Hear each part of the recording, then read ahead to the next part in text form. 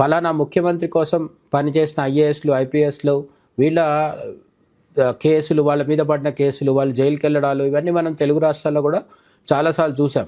ఎన్నికల సమయంలో కూడా, మామూలు పాలనా సమయంలో కాకుండా ఎన్నికల మోడల్ కోడ్ ఆఫ్ కాండక్ట్ వచ్చిన తర్వాత, ఎన్నికల నియమావళి అమల్లోకి వచ్చిన తర్వాత కూడా ఈ అధికారిని జ్యోత్స్నా ఖాతున్ అనే ఆమె రెడ్ హ్యాండెడ్గా దొరికిపోవడంతో ఈసీ ఆమెను సస్పెండ్ చేస్తూ తక్షణంగా ఆర్డర్స్ జారీ చేసిందనమాట.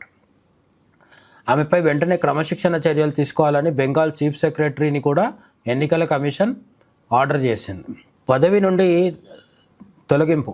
జ్యోత్స్నా ఖాతున్ ప్రస్తుతం joint block development officer, joint బీడీఓగా బాధ్యతలు నిర్వహిస్తున్నారు. ఆ బాధ్యతల నుండి కూడా ఆమెని పక్కన పెట్టేయడం జరిగింది.